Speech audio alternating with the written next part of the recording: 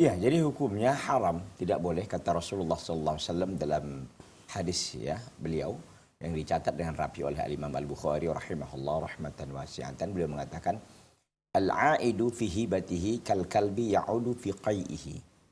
Orang yang mengambil kembali barang yang telah dihibahkannya itu seperti anjing yang menjilat kembali muntahnya gitu. Jadi perumpamaan yang sangat jelek kan gitu. Jadi intinya bahwa ketika seorang itu telah menghibahkan, berarti kan dia telah melepaskan haknya kan begitu. Dihibahkannya, diberikannya kepada orang lain, maka ketika itu tidak boleh lagi ditarik hibah itu. Itu tadi, ya al-aidu fi hibatihi kal kalbi ya'udu fi qai'ihi. Ya, dalam riwayat Bukhari.